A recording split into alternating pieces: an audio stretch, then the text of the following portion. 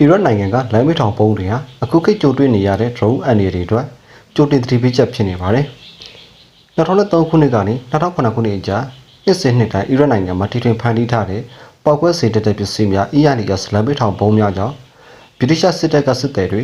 တည်ဆုံမှုနှုန်းဟာမြင့်တက်လာခဲ့ပြီးရန်သူလက်ချက်ကြောင့်တည်ဆုံရတဲ့အဓိကအကြောင်းရင်းဖြစ်လာခဲ့ပါတယ်။ဒီလက်နက်တွေဟာဈေးနှုန်းချိုသာပြီးအများအပြားတက်ဖြတ်အသုံးပြုဖို့လွယ်ကူပါတယ်။အထူးသဖြင့်သူတို့တိုက်ခတ်မဲ့ပြစ်မှတ်ကြီးတွေရဲ့တန်ဖိုးနဲ့ရှင်ပိုသိတာပါတယ်။ဒါကြောင့်မို့လို့ဒီအနေရဟာယူကရိန်းနဲ့အရှေ့လယ်ပိုင်းစစ်ပွဲတွေမှာအသုံးပြရတဲ့ FPV drone တွေရဲ့ချိန်ချောက်မှုပုံစံနဲ့မခြားနားလာပါဘူး။ဒီ drone အသေးစားလေးတွေနဲ့လမ်းဘေးထောင်ပုံးတွေကြကတူညီတဲ့ဝိသေသလက္ခဏာတွေသူတို့ပေါ်ပေါက်လာတဲ့အချိန်ကာလဆယ်စုနှစ်ချီကွာခြားမှုတွေနဲ့သူတို့ရဲ့ထိရောက်မှုပေါ်အံ့ဩမရတဲ့အချက်တွေကြောင့် UK နိုင်ငံအနေနဲ့ဒီအန္တရာယ်တစ်ခုပေါ်တုံ့ပြန်ပုံချင်းကိုနှိုင်းယှဉ်စရာဖြစ်လာခဲ့ပါတယ်။အငြိမ်းစားဗိုလ်မှူးချုပ်ဘင်ဘာရီဟာ2005ခုနှစ်ကနေ2009ခုနှစ်အထိအီရတ်နိုင်ငံမှာဗြိတိရှစစ်တပ်ရဲ့တည်ငြိမ်အေးချမ်းရေးကြိုးပမ်းမှုတွေကနေရရှိတဲ့အတွေ့အကြုံလှုပ်ဝက်ဆင်းသက်မှတ်ထားတဲ့အစီအကံစာရေးသားခဲ့သူဖြစ်ပါတယ်။ဘတ်စရာမြို့ကတည်ငြိမ်အေးချမ်းရေးကြိုးပမ်းမှုတွေကိုရည်ညွှန်းပြီးသူက BFBS Force New ကိုအခုလိုပြောပြခဲ့ပါတယ်။အဲဒီတော့ကရန်သူတွေရဲ့တပ်ဖြတ်နိုင်စွာမြောက်အယလန်ပြည်ပခါအတွက်အထောက်ထိပ်ကာလကထပ်ပိုပြီးမြင်းမြဆက်ဆံပြည့်ထန်တာနေခဲ့ပါတယ်။ဆိုနေနဲ့ရှီယာတပုံတွေလက်နက်ကင်ဖွဲ့တွေရာ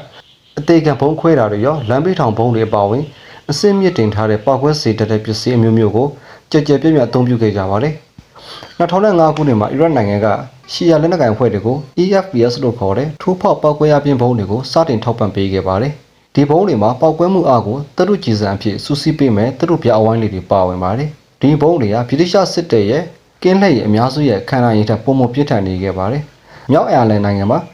IRA ဖွဲ့ရဲ့ radio line 3လမ်းဘေးထောင်ဘုံတွေကိုနှိမ်နင်းဖို့သုံးခဲ့တဲ့ electronic တံပြန်နှောက်ယှက်ရေးစနစ်တွေဟာအပေါ်လိုင်းသုံးထားတဲ့ EFPS ဘုံတွေကိုတားဆီးဖို့မလွယ်ကူပဲအလွယ်တကူအလုံးမလုံးအောင်လုပ်ချင်းခံခဲ့ရပါတယ်။ဒီလိုနဲ့ပဲအခုခေတ်ကြုံတွေ့နေရတဲ့နည်းပညာပြန်ပွဲများလိုပဲ EFPS ဘုံတွေကိုတံပြန်ဖို့အတွက်နည်းပညာအသစ်တွေကိုအများဆုံးအကောင့်ထဲပေါ်တာမအောင်မြင်ချက်ချင်းလမ်းကြောင်းပြောင်းတာမျိုးလုပ်နိုင်ဖို့လျင်မြန်ဖြတ်လက်တဲ့တီထွင်စမ်းသပ်မှုတံပွဲတစ်ခုဖြစ်လာခဲ့ပါတယ်။ဒါပေမဲ့လေစစ်သုံးရင်အသစ်တွေကိုချက်ချင်းတက်ဖြန့်ပေးနိုင်ခြင်းမရှိခဲ့တာကြောင့်မဟာဗျူဟာမြောက်ဥဆောင်မှုပိုင်းမှာအားနည်းချက်တွေရှိခဲ့တယ်လို့ဗိုလ်မှူးချုပ်ငိမ့်ပါရီကကောက်ချက်ချခဲ့ပါတယ်။တောက်ပြန်မှုအနေနဲ့ကောင်းမွန်တဲ့အရေးယူဆောင်ရွက်ချက်အချို့ကိုပြုလုပ်ခဲ့ပေမဲ့လည်းဒီအချက်တွေကပဲတစ်ဖက်မှာအားနည်းချက်ဆိုးကျိုးတွေကိုဖြစ်စေခဲ့ပါတယ်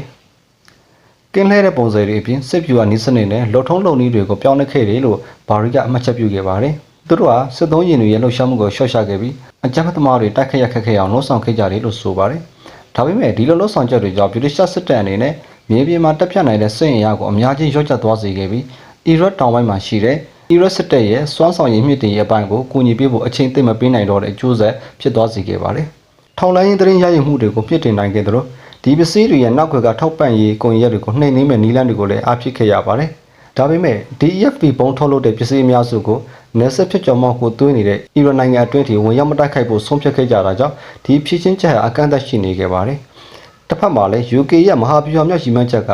အီရတ်ကစစ်တပ်အင်အားရှော့ချဖို့ဖြစ်နေတာအနေအတွေကိုစောင့်ကြည့်ဖို့ရဟရင်ထောင်နိုင်ရင်မလုံလောက်တာနဲ့2006ခုနှစ်မှာအာဖဂန်နစ္စတန်ဘက်ကိုစစ်အင်အားပုံမှုတွန်းမြင့်လိုက်ရတော့တဲ့ကြောင့်စစ်ရင်တန်းတွေကိုအကောက်အကွယ်ပေးမဲ့မြေပြင်စစ်တပ်အင်အားနေပါသွားခဲ့ရပါတယ်။အဲဒီတော့ကကာကွယ်ဝင်ကြီးဌာန MOD ထဲမှာအီရတ်ကဗြိတိရှစစ်တပ်တွေရဲ့စစ်ဝတ်ဆောင်အကောက်အကွယ်နဲ့ဒန်နက်ကရိယာတွေတိုးမြင့်ပေးဖို့ဘယ်သူကတာဝန်ယူရမှန်းရှင်းရှင်းလင်းလင်းမရှိခဲ့ပါဘူး။ဒါပေမဲ့လည်းနောက်ပိုင်းမှာEFP ဘုံတံကိုကောင်းကောင်းခံနိုင်ရှိတဲ့ Mastiff လို့ခေါ်တဲ့အကာအကွယ်ပါကင်းလက်ရင်အသစ်ကိုမပြည့်မနေအလင်းမြောင်ဝယ်ယူဖို့ပြင်းပြင်းထန်ထန်ကြိုးပမ်းခဲ့ကြပါတယ်။ Mastiff စစ်သုံးရင်ဟာ2006ခုနှစ်နောက်ပိုင်းမှာအီရတ်စစ်မနာကိုရောက်ရှိလာခဲ့ပြီးရေရှည်တိုက်ခိုက်ရခက်ခဲကဈေးတက်တနဲ့အမြောက်အများသုံးနိုင်တဲ့ရန်သူဘုံအနေကိုနီးပညာနဲ့တုံ့ပြန်ဖြည့်ရှင်းနိုင်ခဲ့တာဖြစ်ပါတယ်။ဒါဆိုရင်လမ်းဘေးထောင်ဘုံတွေကိုကာထွေဖြည့်ရှင်းတဲ့သင်ခန်းစာတွေကိုအခု2020ကျော်ကာလမှာဈေးပေါနဲ့အမြောက်များပေါ်ထွက်လာတဲ့ဝေဟင်ဒရုန်းချင်းချောက်မှုတွေအတွက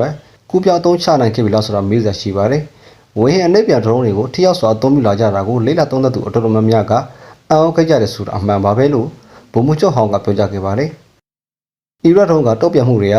ကကဏ္ဍအတော်များများမှာလျင်မြမှုမရှိခဲ့ပဲနှိပ်ကွေးလာခဲ့ပါတယ်။အခုချိန်မှာတော့စစ်တပ်ထဲကခေါင်းဆောင်ပိုင်းအလဲလက်ခေါင်းဆောင်ပိုင်းတွေနဲ့အများကြီးထိထိမှုရှိနေတဲ့အတွက်သူတို့အနေနဲ့အဲ့ဒီသင်ခန်းစာတွေကိုကောင်းကောင်းနားလည်သဘောပေါက်သွားခဲ့ကြပြီလို့ထင်ပါတယ်။ဒါပေမဲ့သူတို့ရဲ့လုပ်ငန်းစဉ်တွေကတစ်ခါတလေကော်ရီထဲမှာလမ်းလျှောက်နေရသလိုရုန်းကန်နေရတော့မှာပဲ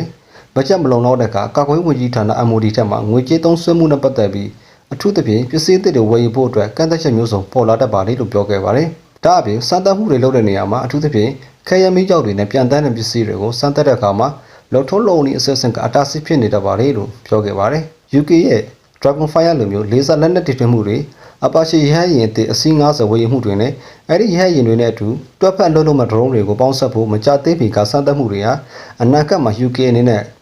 FPV drone အန်တွေကိုကိုင်တွယ်ဖြည့်ရှင်းဖို့ကြိုးပမ်းနေတဲ့တပ်တွေထောက်ထောက်တွေအဖြစ်မြင်တွေ့ရနိုင်ပါတယ်။အီရတ်မှာလမ်းဘေးထောင်ပုံးတွေကိုတံပြန်ဖို့